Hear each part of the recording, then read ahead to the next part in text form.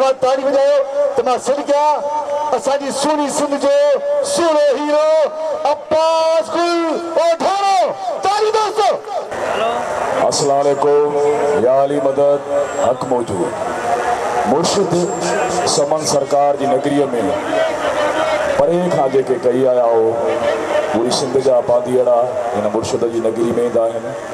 असां जेके ड्रामा कंदा आहियूं त ॾिसंदड़नि जी दुआ सां असां आहियूं न त असां कुझु बि न आहियूं। हिकिड़ो आऊं तव्हांखे शेर ॿुधायां पियो जेको असांजी धरतीअ ते असांजे मुल्क में हले पियो।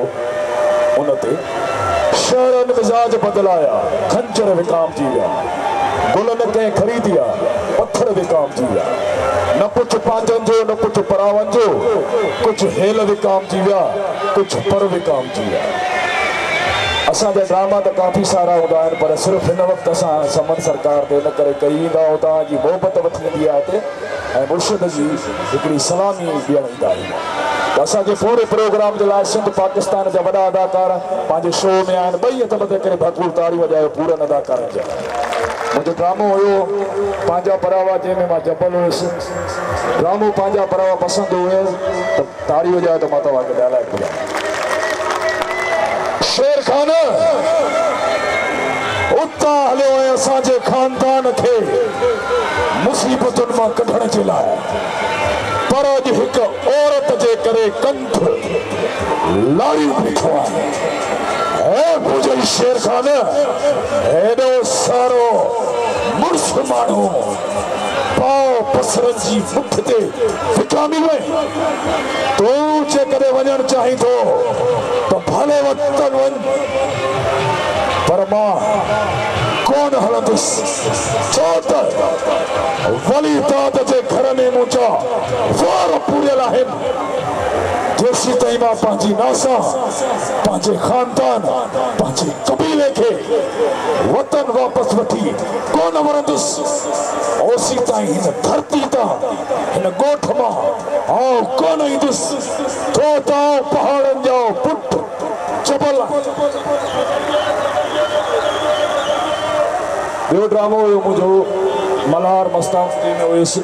उन ड्रामे जे लाइ ताड़ी वॼायो त मां तव्हांखे मस्तानी जो हिकिड़ो डायलॉग ॿुधायां। आलम खान अॼु तुंहिंजे दर ते मल्हार न मस्तानो आयो आहे। मरी वियो मल्हार जेको वहशी दरिंदो ऐं जानवर हुयो उनखे मस्तानी जी मोहबत मोहे मौत ॾिनी आहे। आलम खान मां उन सुल्तान जो भाउ आहियां जंहिंखे ॾिसण सां माण्हुनि जे सीने में हाव सुकी वेंदा आहिनि। हाणे मस्तानी राणी मुंहिंजी साल आहे नंग आहे मुंहिंजो ऐं असां सिंधी नंगनि ऐं दंगनि जे मथां सिर ॾींदा बि आहियूं ऐं सिर वठंदा बि आहियूं। वरी ॿीहर मुंहिंजी मस्तानीअ खे कुंवार जा सिंगारे पंहिंजे घर में वेहारे छॾ। जेकॾहिं तो ईअं न कयो त पोइ तोखे ख़बर आहे झल बकरी धनारनि जा धक। हाँ बस असांखे तव्हांजे परस्तान जो हिकिड़ो बहितरीनु सुवालु आहे। मुंहिंजो बि सुवालु आहे। असां तव्हांखे सदाईं हीरे जे किरदार में ॾिठो आहे तव्हांखे कॾहिं झूमर में ॾिठो आहे? असां झूमर असांजा इहे भाउर आया आहिनि। असांखे अॼु चोथों ॾींहुं आहे ज़हीर भाउ। हा ज़हीर जे लाइ हिकिड़ी भरपूर ताड़ी। असांजो भाउ आहे पैसा शोहरत इहा दौलत अचणी वञणी आहे पर इहा अॾे जी मोहबत आहे मौला ने ख़ुशि रखे। अदा ज़हीर जे लाइ ताड़ी। असांजो पूरो जेको शो आहे उनजे लाइ हिकिड़ी ताड़ी हुजे जेके असांजा प्रोड्यूसर आहिनि। ऐं हीउ झूमणु नचणु असां सिर्फ़ु तव्हांजे लाइ अचूं था हिते ऐं तव्हां असांजे लाइ अचो था ऐं मेला मलाखड़ा असां वटि तव्हां खिली मुड़की निकिरी वञो। इन खां वधीक असांखे ॿियो छा खपे।